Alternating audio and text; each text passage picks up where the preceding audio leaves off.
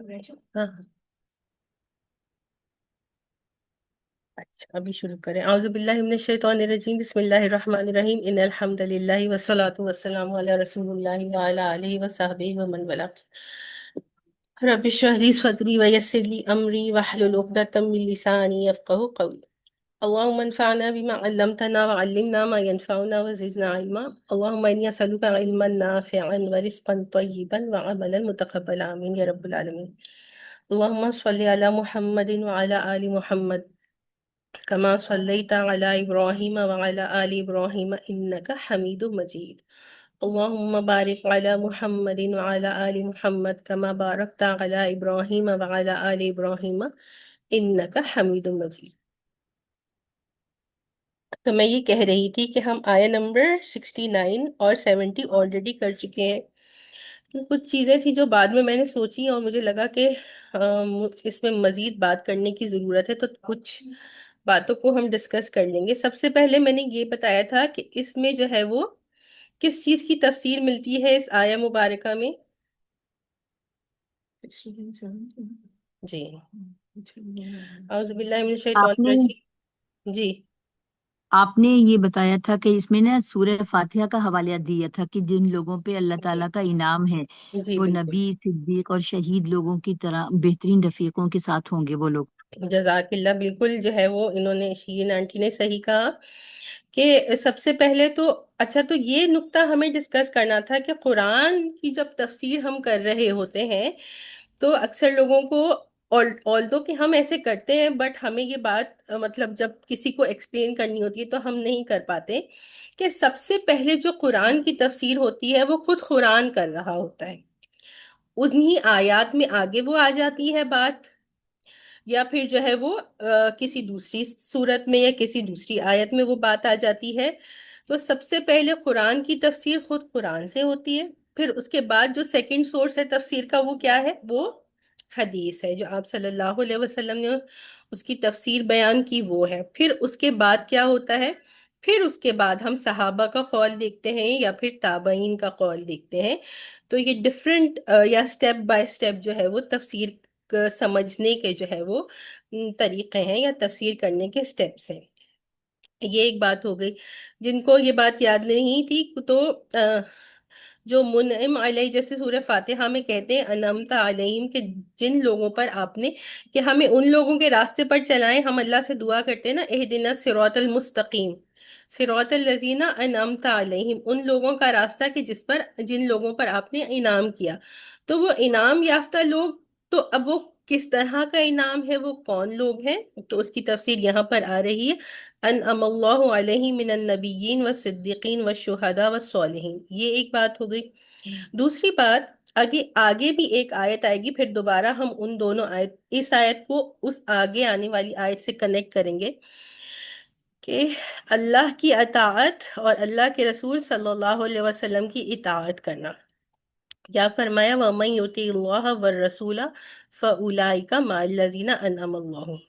تو اللہ سبحانہ و تعالیٰ کی اطاعت اور رسول اللہ صلی اللہ علیہ وسلم کی اطاعت، کیا یہ دونوں چیزیں ایک دوسرے سے مختلف ہیں؟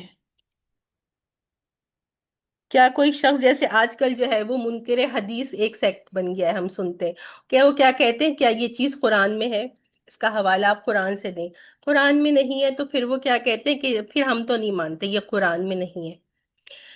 تو آپ مجھے بتائیے کہ اللہ کی اطاعت اور اللہ کے رسول صلی اللہ علیہ وسلم کی اطاعت کرنا، اور اسی کے زمرے میں جو نیکسٹ بات آ جاتی ہے کہ صرف قرآن کو ماننا اور حدیث کو نہیں ماننا، کیا مختلف دو باتیں ہیں آپ کے خیال میں؟ دو باتیں؟ حدیث اور قرآن دونوں ہی ماننے چاہیے۔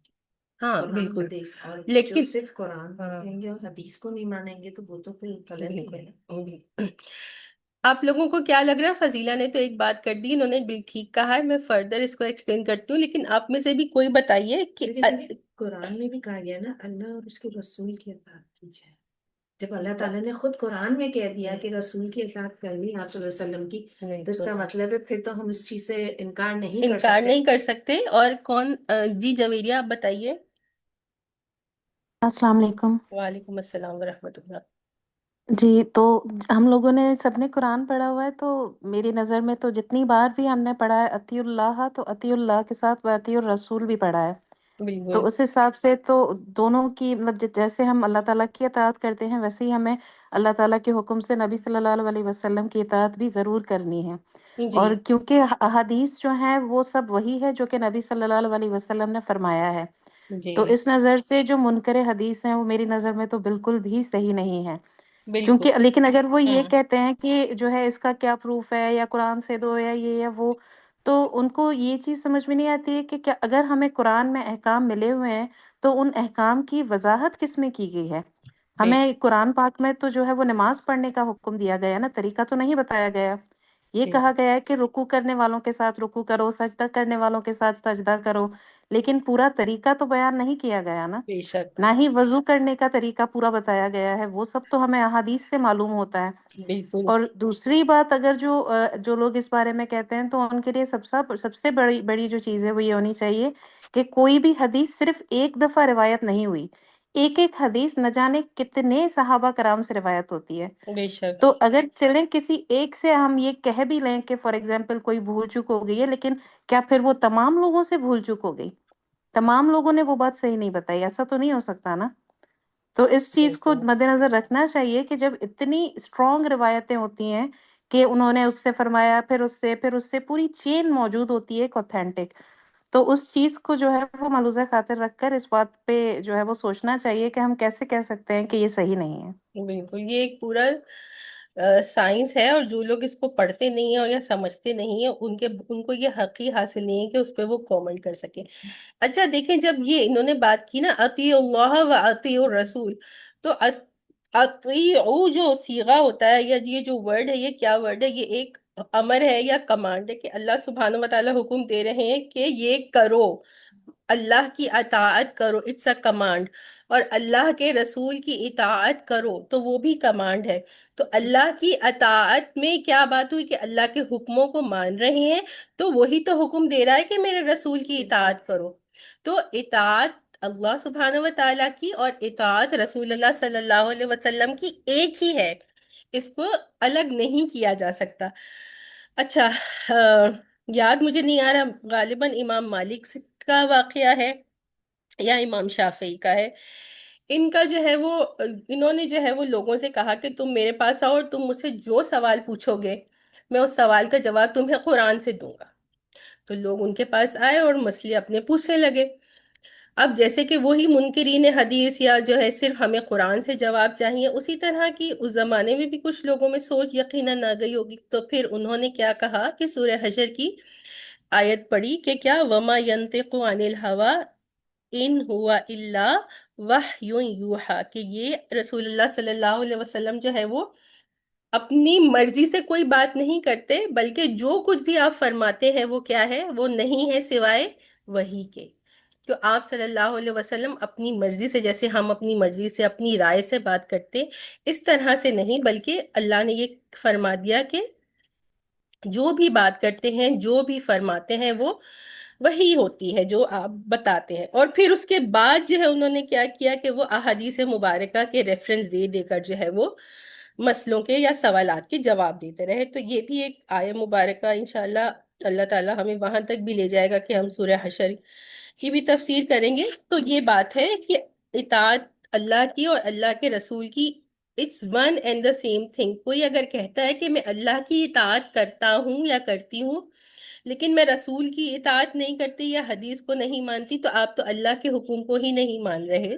تو اس کا مطلب کہ یہ نہیں کہ آپ صرف منکر حدیث ہیں، بلکہ آپ اللہ کی بھی اطاعت کرنے والے نہیں ہیں. تو یہ بات جو ہے وہ بہت امپورٹنٹ ہے سمجھنے کی. اب آج کی آیہ مبارکہ دیکھ لیتے ہیں، آیہ نمبر 71. یا ایھا الذین آمنوا خذوا حذرکم فانفروا ثبات او انفروا جمیعا، کہ اے ایمان والو تم اپنے جو ہے وہ لے لو اپنے حذرکم اپنے بچاؤ کا سامان یا پھر اپنے ہتھیار. فن فرو پھر نکل جاؤ تم انفرادی طور پر اکیلے اکیلے، یا پھر تم نکل جاؤ کس طرح سے؟ ایک جماعت کی صورت میں. تو جہاد کرنے کے لیے ایسا یا جو ہے وہ دشمن کے مقابلے کے لیے جس طرح سے بھی جو ہے وہ ضرورت ہوتی تھی، اس طرح سے آپ صلی اللہ علیہ وسلم جو ہے وہ صحابہ کرام کو بھیجا کرتے تھے. کہ کبھی کبھی ایسا ہوتا تھا کہ ایک بہت بڑا لشکر جایا کرتا تھا، کبھی کبھی ایسا ہوتا تھا ایک چھوٹی جماعت جایا کرتی تھی 10 سے 12 یا 20-25 لوگوں کی. اور کبھی کبھی ایسا بھی ہوتا تھا کہ آپ رسول اللہ صلی اللہ علیہ وسلم کسی ایک یا دو یا تین لوگوں کو بھیجا کرتے تھے کہ وہ جائیں اور ان کی جو ہے وہ خبر لے کر آئیں. تو اس طرح سے یہاں پر یہی حکم دیا جا رہا ہے کہ جس طرح کی جو اسٹریٹجی ریکوائرڈ ہو اس حساب سے جو ہے وہ تم نکلو جہاد کے لیے. اور جب تم نکلو تو کیا کرو، خذو حذرکم، کہ اپنے بچاؤ کا سامان یا اپنے ہتھیار اپنے ساتھ لے لیا کرو. اور آگے کیا فرمایا، یہ آیا نمبر نیکسٹ کریں 72. وَإِنَّ مِنْكُمْ لَمَن لَيُبَطِّئَنَّ، کہ بے شک تم میں سے وہ ہے کہ جو سستی دکھاتا ہے. فَإِنْ أَصَابَتْكُمْ مُصِيبَةٌ، جب تم کو کوئی جو ہے وہ مصیبت پہنچتی ہے، قَالَ قَدْ أَنْعَمَ اللَّهُ عَلَيَّ، تو وہ کیا کہتا ہے کہ تحقیق کہ اللہ سبحانہ وتعالی نے مجھ پر انعام کیا.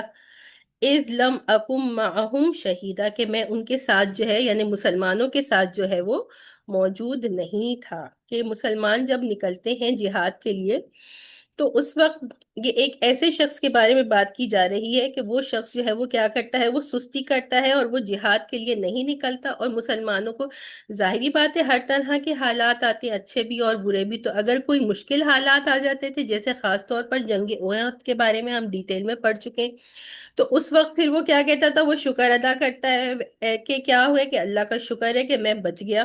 اگر میں ان کے ساتھ ہوتا تو جیسا نقصان انہوں نے پہنچایا ہے ویسا نقصان مجھے بھی ملتا، یا میں بھی جو ہے وہاں زندگی میری ختم ہو جاتی، میں قتل کیا جاتا، کیونکہ یہ جہاد میں تو بلیو نہیں کرتا. اچھا، اب یہ جو آیات آ رہی ہیں ان کے بارے میں مختلف رائے ہیں. کچھ مفسرین نے اس کے بارے میں یہ فرمایا ہے کہ یہ آپ کے خیال میں یہ کس کے بارے میں ہو سکتی ہیں؟ ایسا جو رویہ ہے وہ کس کا ہو سکتا ہے؟ منافق کا. منافق کا، بالکل صحیح. ہاں، جنرل جی شیرین آنٹی، یہ جی جی منافق کا، ہاں، میرا بھی یہی جواب تھا. جی یہ منافق کا رویہ ہوتا ہے کہ جو ہے وہ اب سستی دکھاتا ہے اور جہاد میں جو ہے وہ فوراً حکم دیا جاتا ہے تو اس کے لیے نہیں نکلتا، اور مسلمانوں کو نقصان پہنچتا ہے وہ خوش ہو جاتا ہے کہ چلو میں تو بچ گیا. اور دوسرا جو ہے ان آیات کے بارے میں ایک اور رائے کیا آتی ہے کہ یہ مختلف لوگوں کا، جیسے آج کل بھی ہے تو اس زمانے میں بھی جو ہے وہ تھے تو مسلمان ہی، لیکن ہر کسی کا جو لیول آف ایمان تھا وہ ڈفرینٹ تھا. اور ابتدائی طور پر جب یہ حکم نازل ہوا، ایک منٹ میری اسکرین ڈسٹرب، تو کوئی بات نہیں، ایک منٹ. تو ابتدائی طور پر جب یہ حکم نازل ہوا تو اس وقت کیا ہوا کہ کچھ لوگوں کے ظاہری باتیں، کچھ لوگوں کا رویہ یہ تھا کہ جب یہ حکم نازل ہوا تو انہوں نے فوراً اس کو ایکسیپٹ کر لیا، اور جب ان کو حکم ملتا کہ جہاد کے لیے نکلو تو وہ فوراً نکل جاتے تھے. لیکن سب کا اس طرح سے نہیں تھا. ایک منٹ میں ذرا سی اسکرین ایڈجسٹ کروں. تو یا تو یہ منافقین کے بارے میں بھی ہے، ہو سکتا ہے جیسے رائے ہے، کیونکہ جنرلی اللہ سبحانہ وتعالی نے کسی کو پوائنٹ آؤٹ نہیں کیا. اور ایسے کچھ مسلمانوں سے بھی اللہ سبحانہ وتعالی کا خطاب ہو سکتا ہے کہ جن کا ایمان کچھ حد تک کمزور تھا.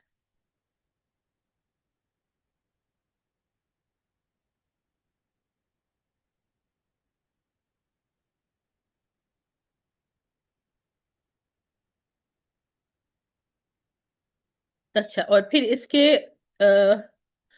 برعکس کیا ہوتا ہے؟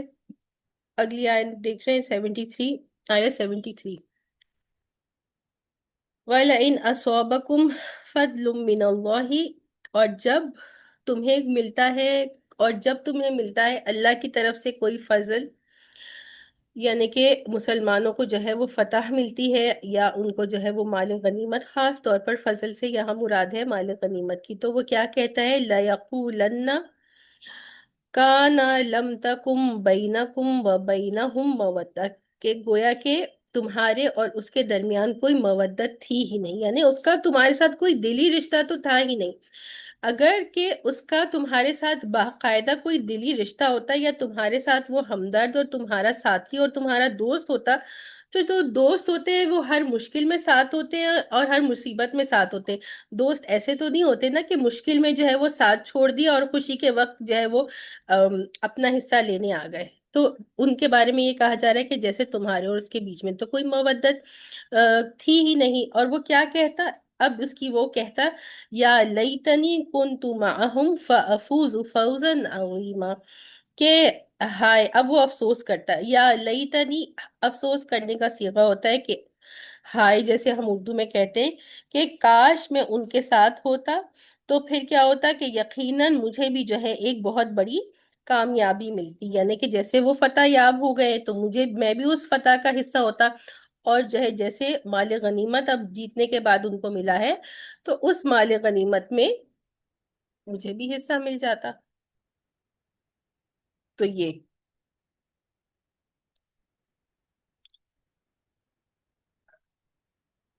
آگے کیا فرمائے، آیت نمبر 74، فَلْيُقَاتِلْ فِي سَبِيلِ اللَّهِ الَّذِينَ يَشْرُونَ الْحَيَاةَ الدُّنْيَا بِالْآخِرَةِ۔ تو اب حکم دیا جا رہا ہے کہ انہیں چاہیے کہ وہ اللہ کی راہ میں جو ہے وہ ان لوگوں کے ساتھ قتال کریں، جنگ کریں کہ جو دنیا کی جو ہے وہ زندگی کو، آخرت کی زندگی کو دنیا کی زندگی کے بدلے جو ہے اس کا سودا کر لیتے ہیں۔ وَمَن يُقَاتِلْ فِي سَبِيلِ اللَّهِ، اور جو قتال کرتا ہے، جنگ کرتا ہے اللہ کی راہ میں، فَلْيُقْتَلْ، پس وہ قتل کیا جاتا ہے، او یغلب، یا وہ غالب آ جاتا ہے، یا وہ جیت جاتا ہے، فتح یاب ہو جاتا ہے، فَسَوْفَ نُؤْتِيهِ أَجْرًا عَظِيمًا، تو ان قریب ہم اسے دیں گے ایک بہت بڑا اجر۔ تو اللہ سبحانہ و تعالیٰ یہی فرما رہے ہیں کہ جو شخص اللہ کی راہ میں جو ہے وہ قتال کرتا ہے، جنگ کرتا ہے، تو اس سے فرق نہیں پڑتا کہ وہ قتل کیا جائے، قتل ہوگا تو شہید ہوگا، اور شہید کا ایسی آیات ہم بہت دفعہ پڑھ چکے ہیں کہ شہید کا جو ہے وہ اللہ کے نزدیک کتنا بڑا رتبہ اور درجہ ہے، اور اس کے لیے کتنے اللہ تعالیٰ نے جو ہے وہ انعامات کا وعدہ کیا ہے۔ تو یہی ہے کہ بے شک وہ قتل کیا جائے اور شہید ہو جائے، یا وہ غالب ہو جائے اور فتح یاب ہو جائے، دونوں صورتوں میں اللہ سبحانہ و تعالیٰ جو ہے وہ اس کو ایک اجر عظیم دیں گے، کہ بے شک دنیا میں اس کو کچھ ملے نہ ملے، لیکن آخرت میں اس کو اس کا اجر ضرور عطا کیا جائے گا۔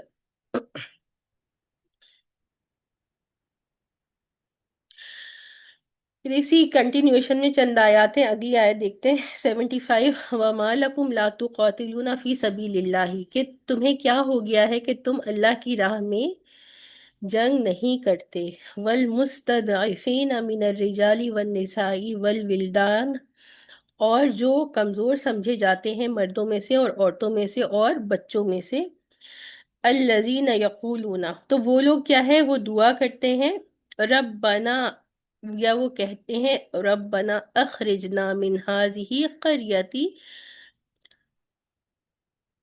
ظالمی اہلھا، کہ اے ہمارے رب آپ ہمیں نکال دیجئے اس قریہ سے، اس بستی سے، کہ جہاں کے رہنے والے لوگ جو ہے وہ ظالم ہیں۔ تو یہاں پر جو بات کی جا رہی ہے، ویسے تو جنرل ہم اس کو کانٹیکس میں بھی لے سکتے ہیں یہ، لیکن یہاں پر بات کیا کی جا رہی ہے، یہاں پر مکے کی بات کی جا رہی ہے، کہ اس وقت کیا ہو گیا تھا کہ ہمیں پتہ ہے نا کہ یہ ہجرت کے بعد، سورہ نساء کے بارے میں ہم نے یہ بات ڈسکس کر لی۔ اب یہ کر کے بے شک ادھر آ جائے، کوئی بھی نہیں ہے آج تو، یا وہاں صحیح لگ رہا ہے تو ٹھیک ہے، ٹھیک ہے۔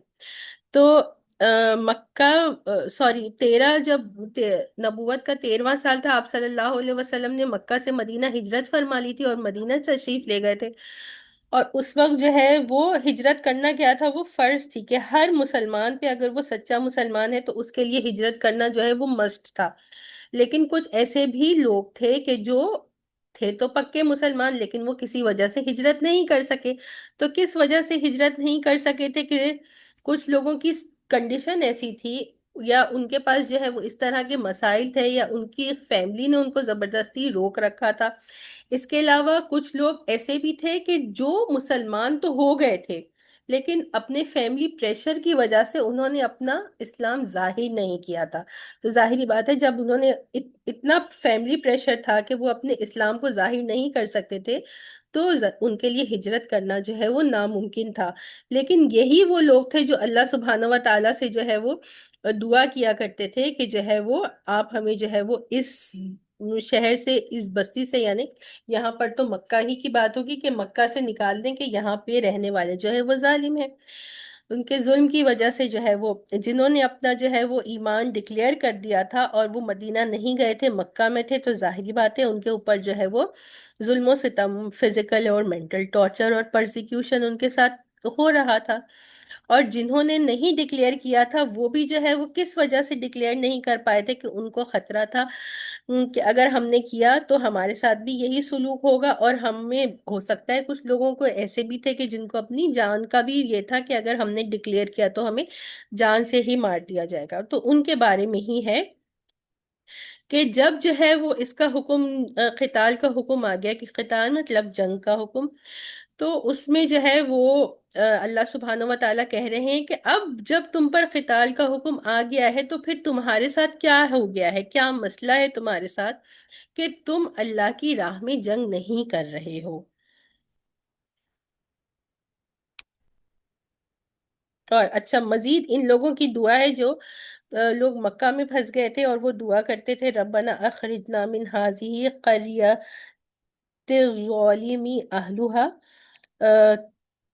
آگے کیا کہتے تھے وہ لوگ، وَاجْعَل لَنَا مِن لَدُنْكَ وَلِيًّا، اور بنا دیں ہمارے لیے خاص اپنی طرف سے کوئی ولی، وَاجْعَل لَنَا مِن لَدُنْكَ نَصِيرًا، اور بنا دے خاص اپنی طرف سے ہمارے لیے کوئی جو ہے وہ مددگار. تو یعنی جب انسان بہت ڈیسپریٹ سچویشن میں پھنس جاتا ہے اور اس کے پاس جو ہے وہ کوئی سچویشن نہیں ہوتی تو ظاہری بات ہے پھر وہ اللہ سے ہی غیبی مدد مانگتا ہے. تو اسی طرح سے وَاجْعَل لَنَا مِن لَدُنْكَ وَلِيًّا وَاجْعَل لَنَا مِن لَدُنْكَ نَصِيرًا، تو وہ اللہ سبحانہ و تعالیٰ سے اللہ کی غیبی مدد مانگ رہے ہوتے تھے. الذین آمنوا یقاتلون فی سبیل اللہ، کہ وہ لوگ جو ایمان لائے ہیں وہ قتال کرتے ہیں، وہ جنگ کرتے ہیں اللہ کی راہ میں. والذین کفروا یقاتلون فی سبیل الطاغوت، اور وہ لوگ جو کافر ہیں، جو کفر کرتے ہیں یا جو ایمان کو جھٹلاتے ہیں، وہ قتال کرتے ہیں طاغوت کے راستے میں. فَقَاتِلُوا أَوْلِيَاءَ الشَّيَاطِينِ، پس قتال کرو، جنگ کرو شیطان کے دوستوں سے. تو دو، جیسے کہیں پر بھی دیکھا جائے جو مقابلہ ہوتا ہے وہ یہی ہوتا ہے، ایک تو جو ہے وہ اللہ کا راستہ ہے اور ایک جو ہے وہ طاغوت کا راستہ ہے. 2 سیشن سے یہ ورڈ آ رہا ہے طاغوت کا، آج تیسرا سیشن ہے طاغوت آیا ہے. کون بتائے گا طاغوت کیا ہے؟ طاغوت کا مطلب ہے شیطان. جی ہاں، پہلا مطلب تو بالکل اگر ہم لٹرل اس پہ جائیں تو پہلا تو یہی مطلب ہے کہ طاغوت ہے شیطان. دوسرا مطلب کس کو یاد ہے؟ جو نظام شریعت کے مطابق نہ ہو وہ طاغوت نظام. بالکل بالکل. فضیلہ نے، آپ میں سے کسی کو یاد ہے تو بتائیے، ورنہ فضیلہ نے بتا دیا وہ ریپیٹ کر دیں گی. کوئی بتا رہا ہے؟ طاغوت وہ باطل نظام ہے جو اللہ اور اس کے رسول کے جو ہے وہ خلاف اٹھ بالکل کھڑا ہو اور ان ساری چیزوں کو جو ہے وہ کرنے نہ دے عمل ان پر. بالکل، جزاک اللہ. یہ ندرت نے بھی بالکل صحیح بتایا کہ جو بھی نظام جو ہے وہ شریعت کے نظام کے علاوہ نظام ہوگا وہ طاغوتی نظام ہے. تو یہاں پر اچھا، اور اسی طرح سے یہ والا جو موضوع ہے یہ کس میں آتا ہے؟ سورہ ممتحنہ میں بھی آتا ہے کہ 2 گروہ ہوتے ہیں. وہاں پہ کیا الفاظ یوز ہوئے؟ حزب اللہ ایک اللہ کا گروپ ہے، اور دوسرا کیا ہے؟ حزب الشیطان ایک شیطان کا گروپ ہے. تو یہاں پر بھی ایگزیکٹلی یہی بات ہے، ورڈز ڈفرینٹ ہے لیکن جہاں پر بھی حق اور باطل کا مقابلہ ہوگا تو ایک جو ہے وہ اللہ کا گروپ ہوگا اور ایک شیطان کا گروپ ہوگا. تو ایمان والے اللہ کی راہ میں جہاد کرتے ہیں اور جو کافر ہیں وہ طاغوت کی یا شیطان کے لیے جو ہے وہ جنگ کرتے ہیں. اب ایمان والوں کو اللہ سبحانہ و تعالیٰ حکم دے رہے ہیں فَقَاتِلُوا، پس تم جنگ کرو شیطان کے دوستوں سے. ان کید الشیطان کان ضعیفا، بے شک یہ جو شیطان کا جو ہیلا جو اس کی چال ہے، اس کا پلان ہے، وہ کیا ہے، وہ بہت ضعیف ہے، وہ کمزور ہے، کہ مطلب وہ پلاننگ اور پلاٹنگ تو کرتا ہے، لیکن اس کی جو پلاننگ اور پلاٹنگ ہے وہ کیا ہے، وہ کمزور ہے اور عارضی ہے، مطلب ایسی نہیں ہے کہ مضبوط ہو۔ مضبوط جو پلان ہوتا ہے وہ کامیاب ہوتا ہے، اور جو آ، مضبوط نہیں ہوتا پلان، وہ کیا ہوتا ہے، وہ بناتے تو ہیں لیکن وہ ناکام ہو جاتا ہے۔ اچھا، اب جو ہے یہ آیت جو ہے وہ تھوڑی سی مکے سے ہی دوبارہ کنیکٹ ہو رہی ہے، میں سمجھاتی ہوں۔ اس کا ترجمہ پہلے دیکھ لیتے۔ الم تر الی الذین قیل لهم کفوا ایدیکم واقیموا الصلاۃ وآتوا الزکاۃ، کہ فرمایا جا رہا ہے کہ کیا تم نے ان لوگوں کو نہیں دیکھا، اے محمد صلی اللہ علیہ وسلم، کے آپ نے ان کو نہیں دیکھا کہ جن سے کہا جاتا ہے کفو ایدیکم، کہ اپنے بے شک یہ ٹیبل لے لیں، ہٹا دیں آپ، کہ اپنے جو ہے وہ ہاتھوں کو جو ہے وہ باندھے رکھو، اور نماز کو قائم کرو اور زکوٰۃ کو دو۔ تو اب یہ جو کانٹیکسٹ ہے یہ مکہ کے زمانے میں تھا، کہ مکے میں جب تک مسلمان تھے تو ان پر جو ہے وہ قتال کا حکم تو نہیں آیا تھا، جنگ کا حکم تو نہیں آیا تھا۔ جنگ کا حکم کب آیا تھا ان پر؟ جب مدینہ ہجرت کر گئے اور پھر مسلمان تھوڑے سٹرونگ ہو گئے تھے، اور مدینہ میں جو ہے وہ ایک اسلامک سوسائٹی آپ صلی اللہ علیہ وسلم جو ہے وہ اس کی جو ہے وہ بنیاد آپ نے ڈال دی تھی، تو وہاں پر جو ہے وہ قتال کا حکم آیا تھا۔ لیکن جب تک لوگ مکے میں تھے 13 سال تک جو ہے وہ مسلمانوں نے جو ہے وہ ٹارچر برداشت کیا، پرسیکیوشن برداشت کی۔ تو اس زمانے میں یقیناً بہت سے ایسے صحابہ تھے جن کے دلوں میں کیا بات آتی تھی کہ ہم جو ہے وہ کیوں، یہ ہمیں اتنا ٹارچر کرتے ہیں، ہمیں اتنا تنگ کرتے ہیں، تو ہم ان کے خلاف کوئی ایکشن کیوں نہیں لیتے، ہے نا؟ ایسا سب کے یہ نیچرل ہیومن مینٹیلٹی ہے۔ تو اس وقت جو ہے خاص طور پر مختلف صحابہ کے بارے میں یہ روایتوں میں آتا ہے، لیکن حضرت عبد الرحمن بن عوف کے بارے میں یہ بات آتی ہے کہ ان کو یہ کافی شکایت ہوا کرتی تھی کہ جو ہے جب ہم ایمان نہیں لائے تھے تو ہم بہت عزت والے تھے، اور اب جو ہے وہ ہم جب ایمان لے آئے ہیں تو ہمارے ساتھ جو ہے وہ اس طرح کا سلوک کیا جاتا ہے، ہمیں ٹارچر کیا جاتا ہے، تو ہم کوئی اقدام کیوں نہیں لیتے، ہم کوئی سٹیپ ان کے اگینسٹ کیوں نہیں اٹھاتے؟ تو آپ صلی اللہ علیہ وسلم یہی ان کو جواب دیا کرتے تھے، عبد الرحمن بن عوف اور مختلف صحابہ جو کہتے تھے کہ نہیں، ابھی مجھے جوابی کاروائی کا حکم نہیں ملا، اور جب تک اللہ کی طرف سے حکم نہیں آئے گا میں تم لوگوں کو اجازت نہیں دے سکتا۔ تو مکے میں جو حکم کی کیا تھا کہ کوئی ان کے ساتھ جو بھی سلوک کیا جا رہا ہے اس کے خلاف کوئی ایکشن نہیں لیا جائے، اور مکے میں کیا کرنا تھا کہ سب سے پہلی کیا چیز تھی جو ان کو کرنے کا حکم تھا، وہ نماز کو قائم کرنے کا حکم دیا گیا تھا کہ وہاں پر جو امپورٹنس تھی وہ کیا تھی کہ لوگوں کی تربیت کی جائے، جس کے لیے سب سے پہلے نماز ہے، اور دوسرا کیا ہے، وہ آت الزکات، تو جنرل میننگز میں جو ہے وہ زکوٰۃ دینا ہے نا۔ لیکن جب مکے کے کانٹیکس سے زکوٰۃ کی بات آتی ہے تو اس کا مطلب زکوٰۃ دینا ہم لے سکتے ہیں، لیکن تفسیر میں کیا آتا ہے کہ جب مکے کی آیات کے کانٹیکس میں بات ہوتی ہے تو اس کا مطلب ہوتا ہے تزکیہ نفس کرنا۔ تو یہی بات ہے، کیونکہ یہ بتانا ضروری تھا، کیونکہ یہ ان لوگوں کے بارے میں یا اس وقت کے بارے میں بات کی جا رہی ہے کہ جب جو ہے وہ مسلمان مکے میں تھے، تو ان کے لیے یہ تھا کہ ابھی کوئی ایکشن نہیں لینا، سب سے پہلے نماز کو قائم کرنا ہے اور زکوٰۃ دینی ہے۔ اس کے بارے میں ایک رائے یہ بھی آتی ہے کہ اس وقت تو زکوٰۃ فرض نہیں ہوئی تھی، 2 ہجری میں زکوٰۃ فرض ہوئی تھی، یعنی ہجرت کے دوسرے سال میں، تو جنرل زکوٰۃ کا ہو سکتا ہے کہ اس سے پہلے کوئی حکم ہو، جیسے 5 وقت کی نماز جب تک فرض نہیں ہوئی تھی تو اس سے پہلے لوگ مسلمان نماز پڑھتے تو تھے، یعنی کہ صبح کی نماز پڑھتے تھے اور رات کی نماز، عشاء کی نماز پڑھتے تھے اور قیام اللیل کرتے تھے۔ تو اسی طرح سے ایک رائے یہ بھی آتی ہے کہ ہو سکتا ہے کہ اس وقت زکوٰۃ یعنی 2.5% زکوٰۃ نہ ہو، لیکن اس کا کچھ اور حساب کتاب ہو، وہ بھی ہو سکتا ہے۔ اور دوسرا جیسے میں نے بتایا کہ تزکیہ نفس، کہ آپ اپنے اندر جو غلطیاں ہیں ان کو دیکھیں اور اس کو ٹھیک کر کے اپنے کیریکٹر کو بہتر بنانے کی کوشش کریں۔ اچھا یہ بات ہو گئی. پھر کیا ہے؟ فَلَمَّا كُتِبَ عَلَيْهِمُ الْقِتَالُ إِذَا فَرِيقٌ مِّنْهُمْ يَخْشَوْنَ النَّاسَ كَخَشْيَةِ اللَّهِ أَوْ أَشَدَّ خَشْيَةً.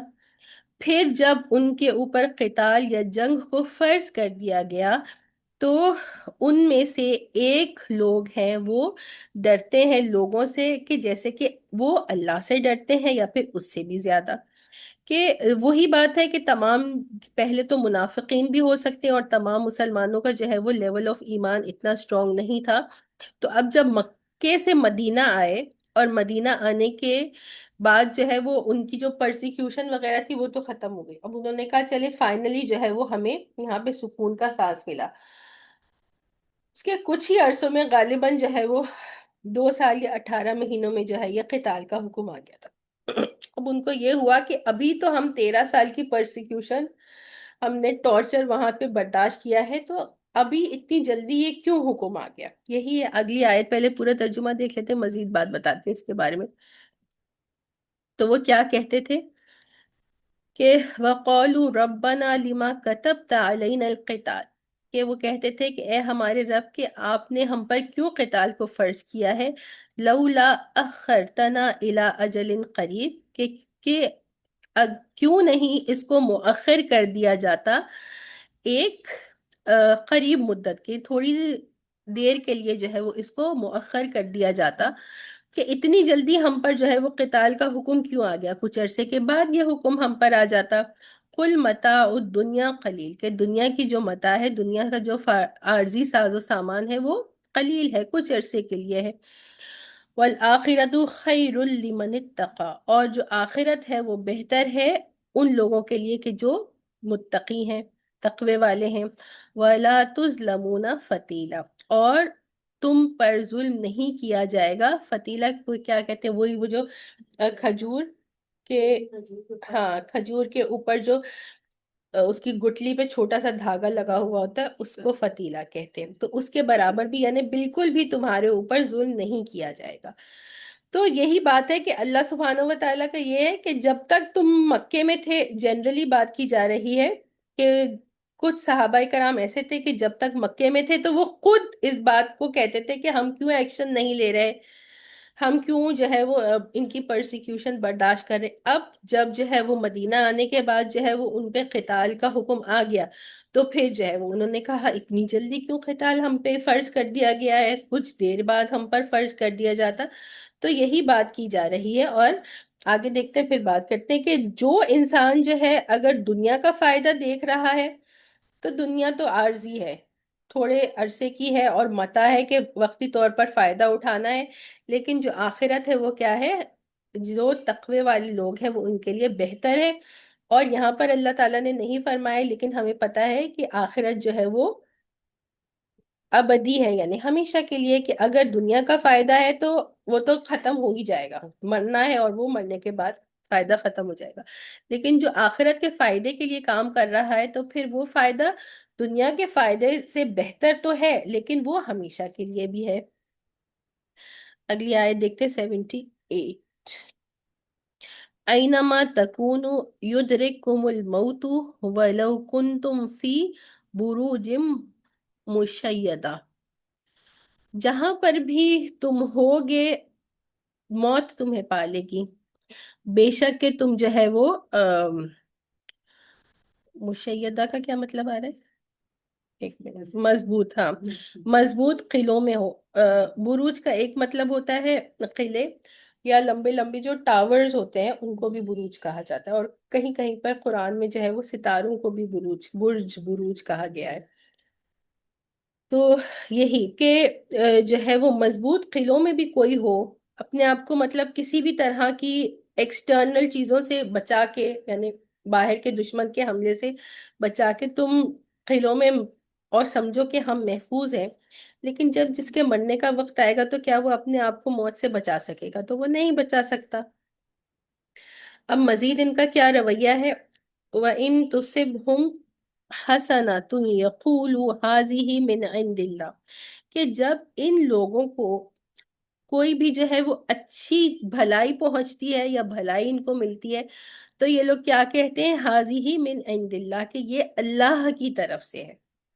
وَإِن تُصِبْهُمْ سَيِّئَةٌ يَقُولُوا هَٰذِهِ مِنْ عِندِكَ، اور جب ان کو کوئی برائی پہنچتی ہے، کوئی مشکل ان کو پہنچتی ہے، تو پھر یہ کیا کہتے ہیں؟ هَٰذِهِ مِنْ عِندِكَ، یعنی یہ آپ کی طرف سے، نعوذ باللہ اس کو رسول اللہ صلی اللہ علیہ وسلم کی طرف منسوب کرتے تھے کہ یہ آپ کی وجہ سے۔ اور اچھا، یہ جو رویہ ہے یہ تمام، ایسا نہیں ہے کہ یہ قریش کا جو ہے وہ رویہ تھا یا جو ہے یہ منافقین کا رویہ تھا، بلکہ اس سے پہلے بھی جو ہے وہ جو قومیں آتی تھی وہ یہی کرتی تھی۔ موسیٰ علیہ السلام کے ساتھ بھی جب ان کے اوپر کوئی مشکل آتی تھی اور ان کو جو عذاب در عذاب ان کے اوپر آتے تھے، تو وہ یہی کہتے تھے کہ یہ جو نحوست ہے، یہ جو مصیبت ہے، یہ آپ کی وجہ سے، یعنی نعوذ باللہ ان کا کیا رویہ ہوتا تھا کہ وہ کہتے تھے کہ آپ نحوست، آپ کی وجہ سے نحوست ہے، یا آپ جو ہے وہ منحوس ہے۔ تو اسی طرح سے جو ہے وہ رویے کو انہوں نے بھی اختیار کیا، اور جب ان کو، خاص طور پر یہ منافقین کا ہے کہ جب ان کو کوئی اچھی بات پہنچتی تھی تو وہ کہتے تھے کہ یہ اللہ نے ہم پر فضل کیا ہے، یہ اللہ نے ہم کو جو ہے وہ اس سے نوازا ہے۔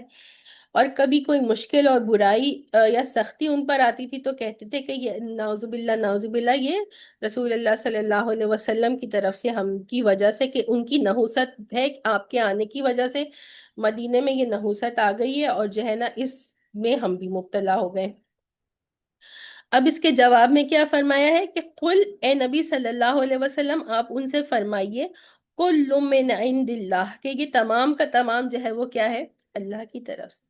کوئی کسی کو اچھائی اور بھلائی پہنچتی ہے تو وہ بھی اللہ ہی کی طرف سے ہے، اور کسی کو کوئی اگر جو ہے وہ مشکل اور مصیبت بھی پہنچتی ہے تو وہ اللہ کی مرضی کے بغیر تو نہیں پہنچ سکتی، ہے نا؟ ایک پتا بھی اللہ کی مرضی کے بغیر نہیں ہل سکتا۔ فَمَا لِهَٰؤُلَاءِ الْقَوْمِ لَا يَكَادُونَ يَفْقَهُونَ حَدِيثًا، تو اس قوم کے ساتھ، اچھا تو یہ بات ہو گئی کہ کوئی جو ہے وہ یہ تو بات ہم سب کو پتہ ہے کہ کوئی بات جو ہے وہ اچھی ہو یا کوئی بات بری ہو تو وہ اللہ سبحانہ و تعالیٰ کے بغیر نہیں ہو سکتی نا، کہ اللہ چاہیں گے تو ہی وہ بات جو ہے وہ انسان تک پہنچ سکتی ہے، اور اللہ کی مرضی کے بغیر تو کچھ بھی نہیں ہو سکتا۔ ان لوگوں کو کیا ہو گیا ہے کہ یہ کوئی بات سمجھنے کے نزدیک تک نہیں آتے، یعنی بات کو سمجھنا، ایک تو کہنے کا طریقہ کیا ہوتا ہے کہ یہ بات کو سمجھتے نہیں ہیں، بلکہ یہاں پر کیا کہا جا رہا ہے کہ ان لوگوں کے ساتھ what is wrong with them, ان کے ساتھ کیا مسئلہ ہے کہ یہ بات کو سمجھنے کے قریب بھی نہیں آتے ہیں۔ اب اس کے برعکس یہاں پر کیا کہا جا رہا ہے؟ وما، اس ایک بات تو ہم نے یہ سمجھ لی، اس کو میں ایک اور دفعہ ریپیٹ کر دیتی ہوں کہ یہاں پر کیا ہے؟ یہاں پر کہا کہ کل من عند اللہ، کہ اگر سیئتن ہے تو وہ بھی اللہ کی طرف سے ہے، اور اگر حسنتن ہے تو وہ بھی اللہ کی طرف سے۔ ٹھیک ہے، اس بات کو سمجھ لیجئے۔ اب اگلی آیت میں پڑھ رہی ہوں، پھر آپ اس کا جواب مجھے دیجیے گا، اس کے بعد میں بتاؤں گی۔ اگلی آیت نمبر 79 میں فرمایا ہے ما اصاب من حسنت فمن اللہ وما اصابک من سیئت فمن نفسک، تو جو بھی اچھائی تمہیں پہنچتی ہے فمن اللہ، پس وہ اللہ کی طرف سے ہے، اور جو بھی جو ہے وہ برائی تم پر پہنچتی ہے پس وہ تمہارے اپنی وجہ سے، تمہارے نفس کی وجہ سے ہے۔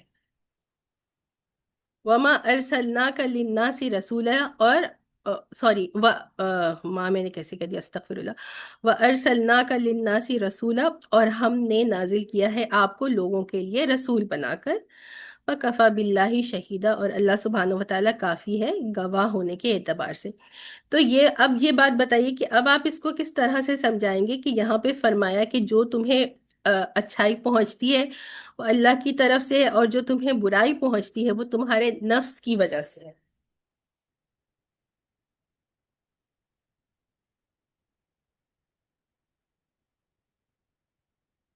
جی بتائیے، سعدیہ آپ بتائیے۔ السلام علیکم۔ وعلیکم السلام۔ جی میرے خیال میں یہاں پر یہ کہنا چاہ رہے ہیں کہ جو شیطان ہے وہ ہمیں، جب ہمارا نفس، جو شیطان ہمارے اندر کا جو شیطان ہے، یا ہمارے اندر کا جو نفس کے اندر جو شیطان ہے، وہ جب ہمیں بہکاتا ہے تو ہم کسی برائی کی طرف جاتے ہیں اور پھر ہم اس کا نقصان اٹھاتے ہیں۔ صحیح، ٹھیک ہے۔ اچھا، مزید کوئی کچھ کہنا چاہ رہا ہے؟ آپ کو کچھ کہنا ہے عائشہ؟ یہ ہوگا کہ ہماری اپنی جو برائیاں ہوتی ہیں، جو ہم گناہ کرتے ہیں، اسی وجہ سے مصیبت ہم پہ آتی ہے، لیکن ہم جو ہے وہ دوسروں کو بلیم کرتے ہیں، بالکل یہی جبکہ ہمارے اپنے گناہ کے لیے. بالکل اور اللہ تعالیٰ تو اس قرآن میں آگے بھی اللہ تعالیٰ نے کئی جگہ پہ کہا کافی چیزوں پہ سے تو اللہ تعالیٰ درگزر فرما دیتے بے ہیں، شک. کیونکہ ہم تو اتنے گناہ گار ہیں کہ ہم ہر سیکنڈ، میں تو بلکہ کہتی ہوں کہ ہمارا ہر عمل میں کوئی نہ کوئی گناہ ہوتا ہی ہے. تو اللہ تعالیٰ تو کتنی چیزوں پہ ہم پہ رحم کرتے ہیں اور ہماری کافی چیزوں پہ سے درگزر فرما بے دیتے ہیں. شک. اور اگر وہ ہمیں پکڑنے پہ آئے تو شاید ہم کسی طریقے سے بھی نہیں رہے. اللہ اپنے حفظ و امان میں رکھے، اللہ ہم پہ اپنی رحمت کی نظر رکھے. آمین آمین. جی بالکل، انہوں نے بالکل صحیح کہا اور سعدیہ نے بھی صحیح کہا. مزید کسی کو کچھ کہنا ہے؟ اس میں یہی ہے نا کہ جیسے قرآن میں بھی ہے کہ ذرہ برابر بھی اللہ تمہارے ساتھ تم پہ ظلم نہیں کرتا، جو کچھ بھی ہے وہ تمہارے اپنے اعمال کا نتیجہ ہوتا ہے. جی جیسے جی. فتیلہ لفظ ہوا ہے، تو یعنی کہ ذرہ برابر بھی اللہ تعالیٰ بندے پر ظلم نہیں کرتا، جو بھی ہمارے ساتھ ہوتا ہے وہ ہمارے اپنے اعمال کے نتیجے میں ہوتا جی اچھا، میں اس کو ابھی جویریہ آپ کچھ کہنا چاہ رہی ہیں کہیے، پھر میں بتاتی ہوں. السلام علیکم. وعلیکم السلام. جی تو مجھے ایک تھوڑا سا جو اور اس بارے میں سمجھ میں آ رہا ہے کہ اگر اللہ مطلب زیادہ تر تو obviously اللہ پاک درگزر ہی فرما دیتے ہیں، ورنہ ہم سے کتنے گناہ ہوتے رہتے ہیں.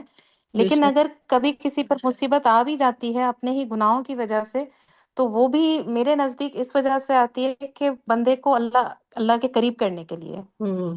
کیونکہ جب بھی ہم پہ مصیبت آتی ہے نا، تو ایز اے مسلم جو ہمارا سب سے پہلا جو ہوتا ہے نا، وہ ریفیوج وہ اللہ پاک کی ذات میں ہوتا ہے. ہم فوراً اللہ پاک کی طرف کھینچتے ہیں، حالانکہ یہ ہماری ایک فطرت ہے کہ ہم وہ جو ہے نا، جیسے ہی ہمارا برا وقت چلتا ہے تو ہم دوبارہ سے جو ہے نا اپنی اصلی حالت میں آ جاتے ہیں اور دوبارہ سے اپنے گناہوں میں لگ جاتے ہیں. جی لیکن اللہ پاک ہمیں وہ موقع فراہم کر رہے ہوتے ہیں بے شک. سنبھلنے کا. بالکل صحیح ہے. مزید اچھا سعدیہ، آپ کو مزید کچھ کہنا ہے؟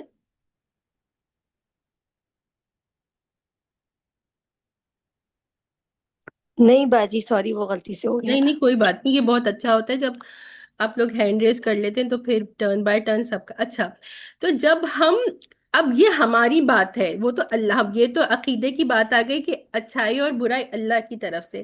جب ہماری اپنی بات آتی ہے تو ہمارے ساتھ اگر کوئی اچھا کام ہو رہا ہوتا ہے تو ہم یہ نہیں کہیں گے کہ یہ ہم اس کے مستحق ہیں یا آئی deserve this is why I got it. اگر کوئی فرسٹ آ گیا کلاس میں تو وہ کہے میں ڈیزرو کرتی ہوں کیونکہ میں نے اتنی محنت کی تھی. نہیں، یہ اللہ کی طرف سے ہے، یہ اللہ کا فضل ہے. تو جب ہم کسی اچھائی کو ایسوسیٹ کریں گے تو وہ ہم یہ کبھی نہیں کہیں گے کہ ہماری وجہ سے ہے، یا میں نے اتنی محنت کی، یا میں اس کو ڈیزرو کرتا تھا. تو ہم اس کو ایسوسیٹ اللہ کی طرف کریں گے. اور یہ ادب ہے انسان کا، اور انسان کو اپنے آپ کا جو ہے وہ وہی تزکیہ نفس کرنے کی اہمیت ہے یہاں پر، کہ جب برائی ہم پر پہنچتی ہے تو پھر ہمارا ایٹیٹیوڈ کیا ہونا چاہیے؟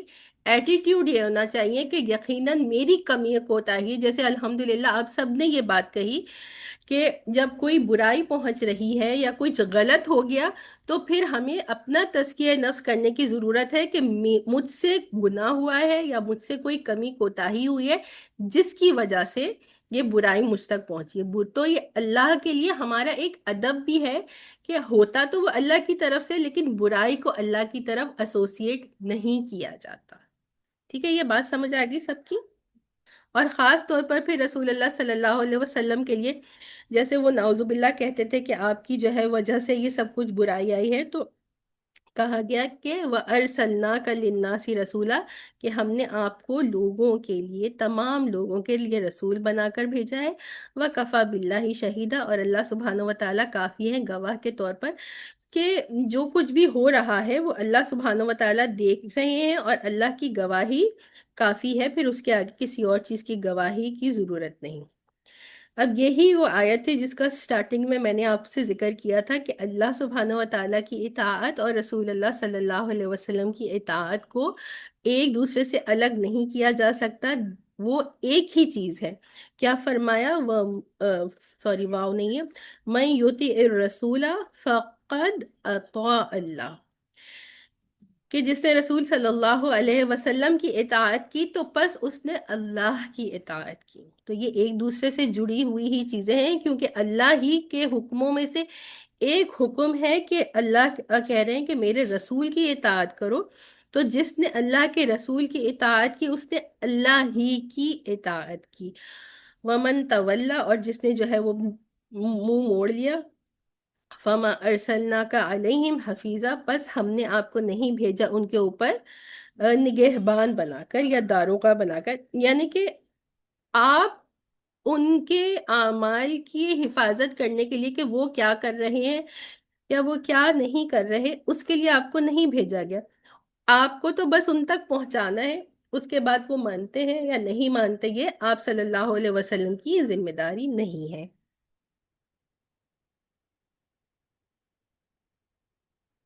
انشاءاللہ 3-4 آیات اور ہو جائیں گی۔ وَيَقُولُونَ طَاعَةٌ، اب یہ منافقین ہی کا رویہ ہے کہ وہ کیا کہتے ہیں کہ اطاعت ہم نے کی، کہ لوگوں کے سامنے جب منافقین ہوتے ہیں تو وہ کہتے ہیں کہ ہم نے اطاعت کی، یا وہ اطاعت کا نام لیتے ہیں۔ فَإِذَا بَرَزُوا مِنْ عِنْدِكَ، جب وہ جو ہے وہ چلے جاتے ہیں آپ کے پاس سے، یعنی رسول اللہ صلی اللہ علیہ وسلم کی مبارک محفل سے چلے جاتے ہیں، بَيَّتَ طَائِفَةٌ مِّنْهُمْ، ان میں سے جو ایک گروہ ہے وہ راتوں کو جو ہے یہ جاگتا ہے اور پلاننگ کرتا ہے، غیر الذی تقول، اس کے برعکس کے جو وہ کہتے ہیں، یعنی وہ کیا کہتے تھے کہ ہم نے اطاعت کی، زبان سے تو وہ اطاعت کہتے تھے کہ ہم نے اطاعت کی ہے، لیکن راتوں کو جو وہ منصوبے اور پلانز بناتے تھے وہ اس کے برعکس ہوتا تھا۔ واللہ یکتب ما یبیتون، کہ اللہ سبحانہ و تعالیٰ نے لکھ لیا ہے کہ وہ جو راتوں میں پلاننگ کرتے ہیں، منصوبے بناتے ہیں، فَأَعْرِضْ عَنْهُمْ، پس ان سے اب خاص طور پر جو منافقین تھے یہودیوں میں سے، یہ ان کا طرز عمل بتایا جا رہا ہے کہ وہ اس طرح سے کرتے تھے۔ یہ ہم پہلے بھی دیکھ چکے ہیں کہ جو ہے وہ آپ صلی اللہ علیہ وسلم کے سامنے جو ہے وہ اپنے ایمان کو ظاہر کرتے تھے، اور جو ہے وہ قسمیں کھاتے تھے کہ ہم پکے مسلمان ہیں، مسلمانوں کے ساتھی ہیں، اور جب اپنے لوگوں میں جاتے تھے تو پھر اس کے برعکس باتیں کیا کرتے تھے۔ اور پھر کہا کہ اللہ سبحانہ و تعالیٰ نے لکھ دیا ہے وہ جو کچھ راتوں کو منصوبہ بندی کرتے ہیں، اور آپ صلی اللہ علیہ وسلم کو کیا حکم دیا جا رہا ہے؟ فَأَعْرِضْ عَنْهُمْ، پس آپ ان سے اعراض کیجئے، آپ بس اعراض کیجئے، ان کو ان کے حال پر چھوڑ دیجئے۔ وَتَوَكَّلْ عَلَى اللَّهِ، اور اللہ سبحانہ و تعالیٰ پر توکل کیجئے۔ وَكَفَى بِاللَّهِ وَكِيلًا، اور اللہ سبحانہ و تعالیٰ جو ہے وہ کافی ہیں، کس حساب سے؟ حمایتی ہونے کے حساب سے۔ افلا یتدبرون القرآن، کہ کیا وہ لوگ قرآن پر تدبر نہیں کرتے؟ وَلَوْ كَانَ مِنْ عِنْدِ غَيْرِ اللَّهِ، اور اگر کہ وہ ہوتا اللہ کے سوائے کسی اور کے پاس سے، لَوَجَدُوا فِيهِ اخْتِلَافًا كَثِيرًا، تو یقیناً وہ اس میں پاتے بہت سارے اختلاف۔ تو قرآن کو جو لوگ پڑھتے ہیں اور سمجھتے ہیں، یعنی مختلف قرآن میں کیا ہے کہ مختلف باتیں ہیں، مختلف احکامات ہیں، پھر اس کے بعد کیا ہے اس کے علاوہ، احکامات کے علاوہ اور کیا کیا ہمیں قرآن میں ملتا ہے؟ بالکل، پچھلی قوموں کے بارے میں جو ہمیں واقعات ملتے ہیں، تو بہت ساری انبیاء کرام کے واقعات ہیں۔ تو اگر کیا کہا جا رہا ہے کہ غیر اللہ کے سوا کسی اور نے کے پاس سے یہ قرآن ہوتا، تو پھر کیا ہوتا کہ وہ لوگ اس میں بہت سارے اختلافات پاتے، لیکن قرآن میں تو کوئی اختلاف ہی نہیں۔ جو لوگ جو ہے وہ یوٹیوب وغیرہ پر ویڈیوز دیکھتے ہیں، تو کتنے سارے ایسی ویڈیوز میں نے تو دیکھی ہیں، شاید آپ لوگوں نے بھی دیکھی ہو، کہ جو ہے یہ جوز ہوتے ہیں اور کرسچنز ہوتے ہیں، وہ کیا کرتے ہیں کہ ہم جو ہے وہ قرآن میں غلطیاں تلاش کریں گے، تو اس نیت سے وہ قرآن کو اسٹڈی کرنا شروع کرتے ہیں۔ جب وہ اس کو اسٹڈی کرتے ہیں تو پھر وہ اس میں کوئی اختلاف یا اس میں کوئی غلطی ان کو ملتی نہیں، اور پھر وہ خود ہی ہدایت مسلمان، یافتہ مسلمان ہو جاتے ہیں۔ جی ہاں، قدرتی خدا کی تو شان ہے۔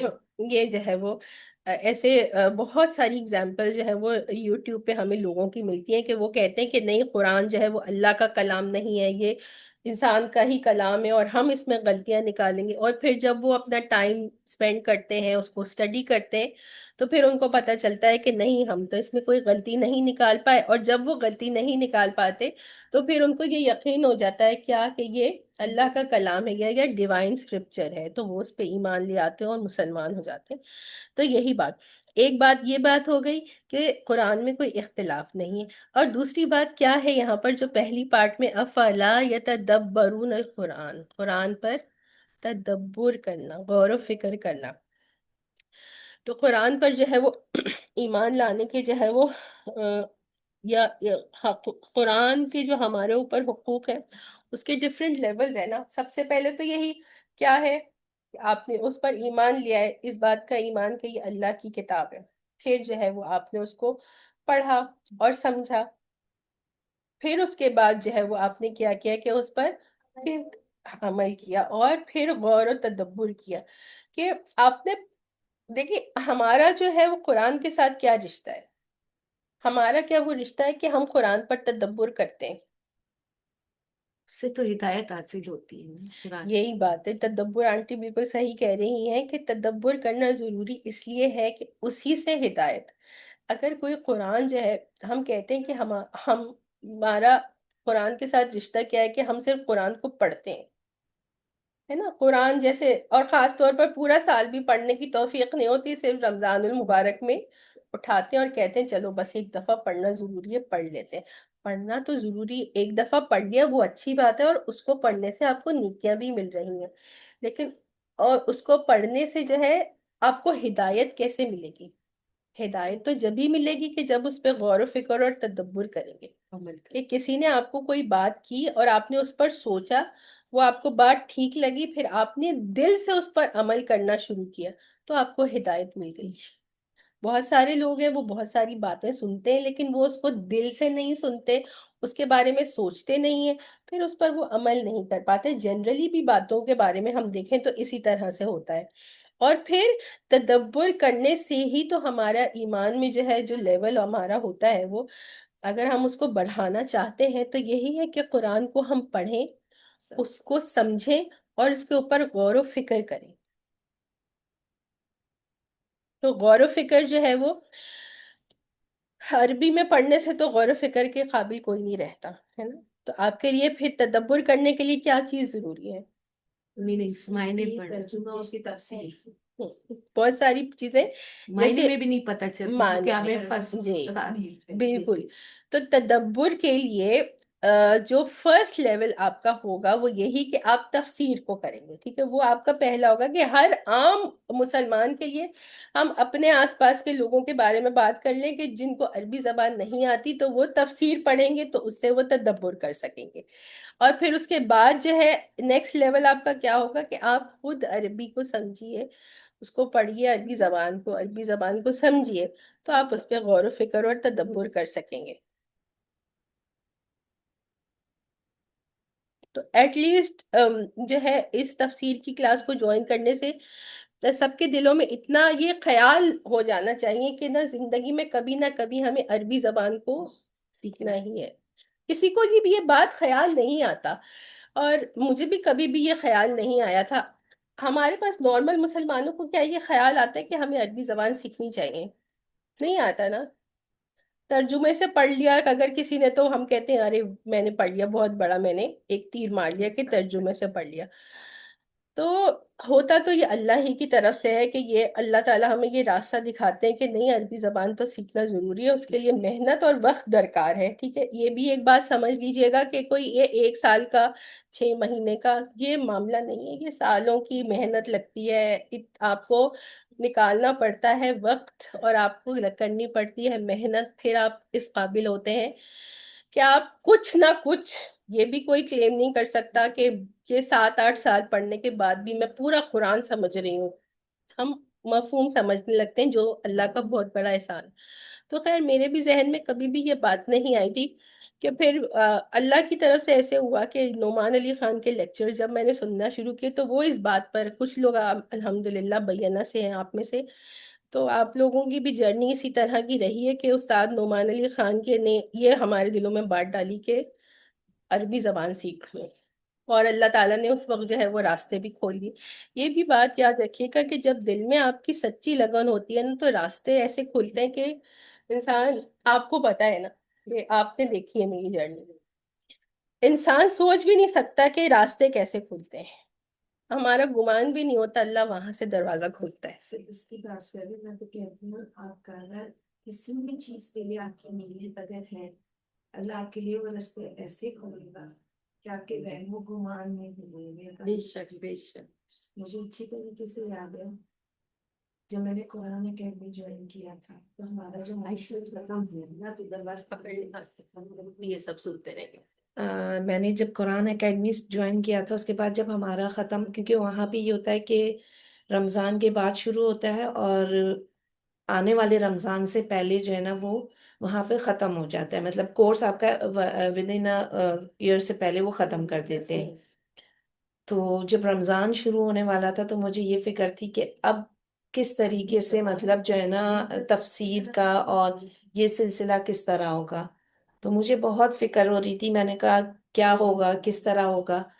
تو وہ کہتے ہیں نا کہ اگر آپ کی نیت ہے تو اللہ خود ہی کر دیتا ہے، اور اللہ نے اتنی آسانی کی کہ رمضان سے پہلے ہی میرے گھر پہ ایک پمفلٹ آیا کہ ہمارے گھر کے قریب ہی، ہاں وہ اس وقت میری شادی نہیں ہوئی تھی تو وہ امی کے گھر کے پاس ہی وہ پمفلٹ آیا کہ قرآن کی تفسیر وہاں پہ شارٹ ہی صحیح لیکن وہ کرواتی تھی، تو ڈیلی بیسس پہ پوری رمضان میں، تو صبح کے ٹائم پہ وہ تھا تو ہم لوگ وہاں، میں وہاں پہ چلی جاتی تھی۔ تو میں یہی کہہ رہی ہوں نا کہ ضروری نہیں ہے کہ آپ صرف کسی بھی، آپ کی نیت ہونی چاہیے کہ آپ اس چیز کے لیے کس حد تک آپ کا سٹیپ ہے آگے، تو اللہ آپ کے لیے وہ رستے کھولتا ہے۔ پھر یہ ہوا کہ مجھے تجوید کا ہوا، اب جب وہاں کلاس ختم ہونے لگی تو اس کے بعد انہوں نے کہا کہ ہم کورس شروع کر رہے ہیں کہ وہ آپ کو پتا ہوگا الہدا والے جو ہیں وہ لفظی ترجمہ پورا کرواتے ہیں اور تجوید وغیرہ بہت کرواتے ہیں۔ تو رمضان ختم ہوا تو وہ کورس شروع ہوا کہ اگر آپ کو تجوید کرنا ہے یا جو بھی ہے، آپ جتنا شارٹ کورس کرنا چاہ رہے، تو وہ جب تجوید کا ہوا تو پھر وہ نیا کورس شروع ہو گیا تو وہ میں نے جوائن کر لیا۔ میں کہہ رہی ہوں نا جتنا آپ جس چیز کے لیے آگے بڑھیں گے اللہ آپ کے لیے وہ رستے آہستہ آہستہ کھولتا جاتا ہے۔ تو یہ چیز تو میرے ساتھ بالکل پریکٹیکلی ہوئی ہے کہ جس چیز کے لیے میں نے کوشش کی اللہ نے وہ رستہ میرے لیے اتنا آسان کیا کہ میں اس پروردگار کا جتنا شکر ادا کروں گا میں۔ لیکن یہ ہے کہ آپ کی نیت ہونی چاہیے کہ آپ کو اس چیز کے لیے اگر آپ سٹیپ لینا چاہ رہے ہیں تو رستے وہ خود ہی آپ کے لیے فراہم کرے گا، اور ایسے کرے گا کہ آپ کے گھر پہ، میں کہتی ہوں نا گھر پہ آ کے بندہ دے رہا ہے۔ اب آپ یہ سوچیں ہماری یہاں سمیت کر رہی ہے وہی، تو اب میں نہیں جا سکتی، بس اللہ اس بالکل اللہ جزائے خیر دے گا، بالکل کہ ہم گھر کے پاس اور اوپر ہی آ کے رشتے وہ کر رہے ہیں، الحمدللہ۔ ورنہ کہاں کہاں بھٹکتے اور ہمیں مسئلہ ہوتا ہے۔ تو یہ بات ہے، اور دوسری بات یہ کہ پھر جب ہم یہ راستہ اختیار کرتے ہیں نا تو اس میں آپ کو مشکلیں بھی آتی ہیں، اور استقامت یا کنسسٹنسی کا ہونا بہت ضروری ہے۔ شیطان ضرور مشکلیں پیدا کرتا ہے، اور شیطان ضرور کوشش کرتا ہے کہ آپ کو کہیں نہ کہیں سے بھٹکائے، یا آپ کے لیے جو ہے وہ وہاں پر اس طرح سے کر دے کہ آپ اس کو مزید کنٹینیو نہ کر سکیں۔ تو اپنی کنسسٹنسی ہونا بھی پھر اس میں بہت ضروری ہے۔ اچھا، کوئی نہ کوئی گھر کے کام مسئلے، بس یہ جو ہے وہ 84 کر لیتے ہیں، اس کے بعد پھر وہ امہات المومنین کا جو سلسلہ وہ کرتے ہیں، کیونکہ اس سے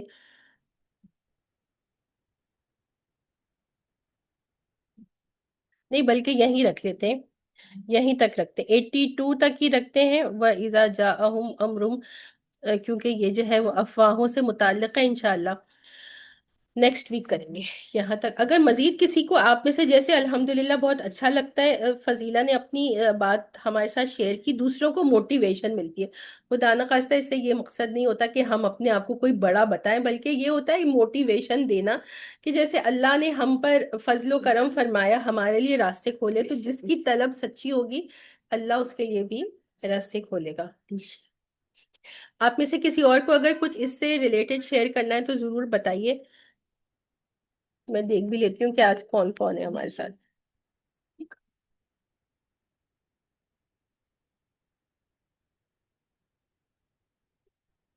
آپ بتائیں گی سسٹر ندرت؟ آپ کی بھی اپنی جرنی ہے ماشاءاللہ۔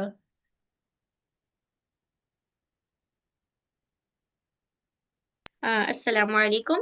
اچھا سسٹر سمیہ، میں ایک ابھی اپنا بھی میں انشاءاللہ بتاؤں گی، لیکن ابھی ایک چیز میں نے ریسنٹلی سنی تھی جی جی تو وہ مسجد میں ہماری نا صحابیات کا سیشن ہوتا ہے، تو وہاں پہ جو ہماری ٹیچر ہیں، جو آپا ہیں، تو وہ یہی نیت پہ اور اس کی اخلاص پہ بات کر رہی تھیں. تو ان کی مطلب سٹوری جو ہے وہ ایسا تھا کہ جیسے مجھے ڈفرینٹ بھی لگی، اور پھر ویسے ہر کسی کے ساتھ ایسے ہی ہوتا ہے اللہ کی طرف سے، لیکن میں ان کا آپ کو بتاتی ہوں کہ جیسے ان کی جب بیٹی ہوئی، جیسے ہوتا ہے نا جب آپ کے بچے چھوٹے ہوتے ہیں، کچھ بچے اسکول چلے گئے، کچھ ایک چھوٹا بچہ آپ کے پاس ہے، تو ان کے ساتھ یہ تھا کہ یہاں نوٹنگھم میں اتنے زیادہ مسجد اور عالمہ کا کورس یا اس طرح کی چیزیں نہیں ہوتی تھی.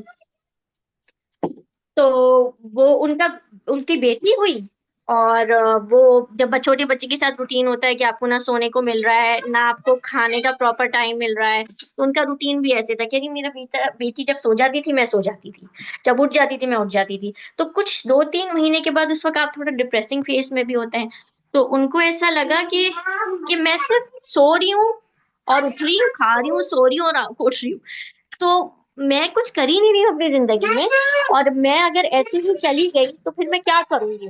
یعنی میں بہت پریشان ہوتی تھی، میں روتی رہتی تھی، اور جو ہے نا مجھے بہت مسئلہ ہوتا تھا ان ساری باتوں سے.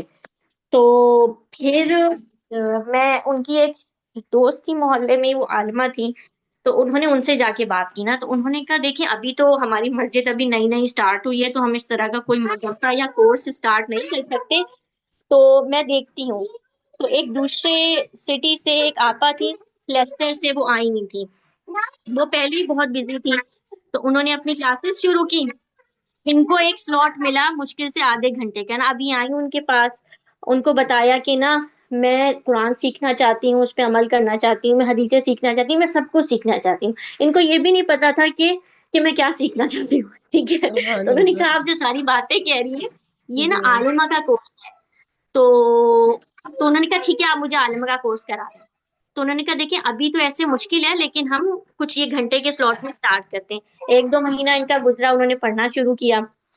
پھر کیا ہوا، کیونکہ وہ جو آپا ہیں جو لیسٹر والی تھی، وہ ریورٹ مسلمس کو نا زیادہ دیکھتی تھی، تو ایک نئے کچھ ریورٹ مسلمز آ گئے، اور ان کے پاس یہی 2 گھنٹے کا سلاٹ تھا. تو انہوں نے ان سے ریکویسٹ کی دیکھیں آپ تو پھر بھی مسلمان گھر میں پیدا ہوئی ہیں، آپ کو بیسک اسلام پتہ ہے، تو یہ جو ریورٹ ہیں ان کو زیادہ ضرورت ہے، تو کیا میں آپ کا یہ سلاٹ ان کو دے دوں. تو انہوں نے کہا ہاں چلے آپ دے دیں، میری طرف سے شاید کوئی صدقہ جاریہ ہو جائے نا، یہ کہ میں نے اپنی جگہ ان کو دے دی. تو ان کا یہ سلاٹ بھی چلا گیا ان کے پاس میں. اچھا. پھر ایک گلی محلے میں ایک تھی آپا، وہ موو ہونے والی تھی، وہ بھی عالمہ تھی. انہوں نے کہا چلیے جب تک میں آپ کو پڑھاتی ہوں، اللہ نے چاہا تو کوئی انتظام ہو جائے گا. تھوڑے دن ان کے ساتھ پڑھنا شروع کیا. پھر ہوا یہ کہ جو ہے وہ بھی جانے لگی. انہوں نے کہا اچھا آپ قرآن سیکھنا چاہتی ہیں نا، تو ایک تجوید سکھانے والی ایک ٹیچر ہیں، وہ آپ کے پاس آ جائے کریں گی. انہوں نے کہا ٹھیک ہے. اب یہ بڑی پریشان ہوں کہ گھر کون آتا ہے پڑھانے، مطلب بہت ہی ریئر ہوتا ہے کہ لوگ گھر پڑھانے جا رہے ہوتے ہیں کسی کو.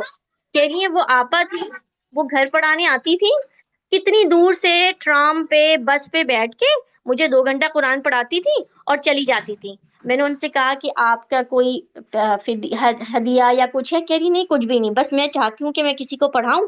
اور وہ روز آتی تھی، ان کو 2 گھنٹے پڑھا کے چلی جاتی تھی، سبحان اللہ. اور کوئی اجر یا کوئی چیز جو ہے انہوں نے ان سے نہیں دی. تو وہ یہی حیران ہوتی تھی کہ جب آپ کے دل میں لگن ہوتی ہے تو اللہ آپ کے گھر بھیج دیتا ہے لوگوں کو، سبحان آپ کو اللہ. پتا بھی نہیں ہوتا. بے شک. اور وہ ان کے گھر آتی تھی اور ان کو پڑھا کے چلی آتی تھی. پھر اس بیچ میں جو سبحان ہے اللہ. وہ مسجد ڈیولپ ہونے لگی، ایک مدرسہ اسٹارٹ ہونا شروع ہوا، ایک عالمہ کا کورس اسٹارٹ شروع ہونے لگا. ان کو پتا چلا، انہوں نے نا پھر لوگوں کو جمع کیا کہ جو خواتین انٹرسٹیڈ ہیں جلدی جلدی ان کو بلاتے ہیں. پھر وہ کورس اسٹارٹ ہوا، اور مطلب وہ کورس بہت سلو پیس میں چل رہا ہے کیونکہ ساری خواتین ویسے ہی ہیں. ابھی ماشاء اللہ سے 10 سال ہو چکے ہیں ماشاء اللہ. ان سارے اسٹوڈینٹس نے کچھ آئے کچھ گئے، انہوں نے بہت کچھ سیکھ لیا. ان کی بیٹی جو ہے وہ ماشاء اللہ 12-13 سال کی ہو گئی ہے، مطلب ماشاء ان کی اللہ. بیٹی پیدا سے جوان ہو گئی. یہی بات ہے، تو وہ یہ یہی کہہ رہی اتنی جو ہے ہے وہ کہ وہ بڑی بات ہے. چلتا جا رہا ہے. ہاں سبحان اللہ. لیکن یہی بات ہوتی ہے نا نصرت، کہ ہماری یہ جو جرنی ہوتی ہے یہ تو لائف ٹائم ہوتی ہے. کوئی 4 سال میں، بالکل. 2 سال میں ایسے ہم نہیں کہہ سکتے کہ ہم نے جو سیکھنا تھا وہ سیکھ لیا. سچی بات ہے. تو وہ اب ماشاء اللہ سے وہ اب پڑھانا بھی شروع ہو گئی، لیکن ابھی بھی ان کا عالمہ کا کورس چل رہا ہے، یہ نہیں کہ ختم ہوا ہے، وہ 10 سال ماشاء سے اللہ. اوپر ہو چکا ہے. تو ہم بھی کافی سارے لوگ انٹرسٹڈ تھے، تو مسجد والے نیا کورس اسٹارٹ نہیں کر پا رہے. وہ کہہ رہے پہلے کیونکہ ان کے پاس فیمیل ٹیچرز کم ہیں. ظاہر ہے یہاں کیونکہ فیملیز نہیں ہوتی لوگوں کی، تو ٹیچرز اس طرح نہیں پڑھا سکتے کہ وہ پراپر آ کے فل ٹائم اسکول کریں یا کلاس کریں. اچھا تو وہ ساری چیزیں جو ہے وہ بہت ڈیلے ہو جاتی ہے ان کی. لیکن اللہ کی طرف سے چل رہا ہے ان کا. وہ بس مطلب سارے اسٹوڈینٹس بہت خوش ہوتے ہیں اور وہ یہ کہتے ہیں کہ اللہ نے یہ معاملہ ہمارے لیے رکھا ہوا ہے. بیچ میں رک بھی جاتا ہے، کبھی کوئی پاکستان چلا گیا، کوئی انڈیا چلا گیا، پھر اچھا دوبارہ شروع ہو جاتا ہے. کبھی کسی کو بچہ ہو گیا، کبھی کسی کے ساتھ کچھ ہے. تو خبر یہ کے چل رہا ہے، مسائل. سبحان اللہ، رک رک کے چل رہا ہے لیکن چل رہا ہے الحمدللہ. تو ماشاء یہ اللہ. بہت مطلب حیرت بھی ہوتی ہے سن کے، جی اور ایک معجزہ ایسا لگتا ہے اللہ کی طرف سے کہ جو ہے وہ اللہ تعالیٰ چلا رہا ہے اور لوگ سیکھ رہے ہیں. اچھا صحیح ہے الحمدللہ. بیٹری ڈاؤن ہو گئی ہے میری. چلے کوئی بات نہیں، پھر حضرت زینب کے بارے میں ہمیں جو کرنا ہے ہم انشاءاللہ نیکسٹ ویک کریں گے. آج آپ لوگوں کی جو ہے یہ وہ الحمدللہ ہم نے 2-3 سٹوری سن لی. آپ لوگوں نے سب کو موٹیویٹ کرنے کے لیے شیئر کیا، اور انشاءاللہ ویسے بھی ہمارے پاس کم ٹائم ہوتا ہے، اثر ہماری نکل رہی ہوتی ہے. انشاءاللہ نیکسٹ ویک جو ہے اسی کو ہم کنٹینیو کریں گے. حضرت زینب بنت جہش کے بارے میں بات کریں گے نیکسٹ. آج روبینہ پتہ نہیں کیوں نہیں آئی، ورنہ وہ بھی ضرور کچھ نہ کچھ شیئر کرتی ہیں. سبحانک اللہم و بحمدک، نشہد ان لا الہ الا انت، نستغفرک و نتوب الیک. السلام علیکم و رحمۃ اللہ وبرکاتہ.